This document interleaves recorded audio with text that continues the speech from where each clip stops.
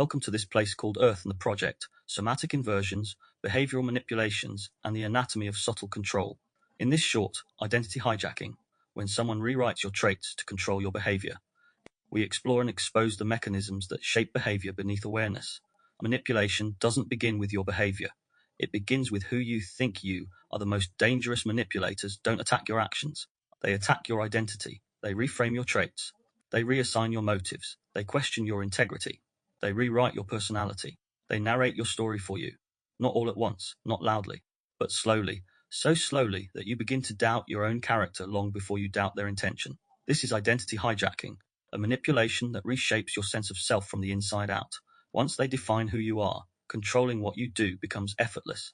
Why identity is the easiest thing to corrupt. Memory researchers like Elizabeth Loftus and social psychologists like George Herbert Mead show that identity is not fixed. It's constructed through social feedback, relational mirrors, emotional imprinting, language, and micro-experiences. Repeated narratives and the nervous system integrate this feedback, whether it's true or not. If someone tells you who you are often enough, especially when you are dysregulated, your body begins to believe it. Identity becomes malleable under stress. Manipulators rely on this. The partner who redefines you piece by piece. Romantic identity hijacking is subtle but devastating. You're too sensitive. You always overreact.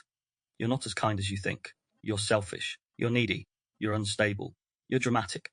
None of these describes you, but the timing is strategic. They say it when you're emotionally open. They say it when you're scared of losing them. They say it after they've destabilized you. They say it when you're seeking reassurance and your nervous system absorbs the narrative. Your self-image slowly shifts. Your confidence erodes. Your autonomy shrinks. You begin to police your own behavior to avoid confirming their accusations. You become the person they need you to be to maintain control. The family that rewrites your role. In families, identity hijacking often becomes a lifelong pattern. You're the difficult one. You're the unstable one. You're the black sheep. You're the ungrateful one. You're trouble. You're the smart one. Don't disappoint us. You're the problem. These roles become cages. They define how you behave, how you speak, how you disagree, how you love, how you exist in the family system, and your body becomes conditioned to play the role, even when it harms you. Identity hijacking is intergenerational. Workplaces and institutions use identity for control. Companies and institutions weaponize identity through performance reviews based on personality, not behavior, labels like team player, difficult, not a culture fit, narratives like we're a family, branding language that shapes employee self-concept, reward systems that reinforce compliance traits. Organisational psychologists call this identity-based management. If a company controls how you see yourself, they don't need to control your actions. You'll regulate yourself. Identity becomes the leash around your neck.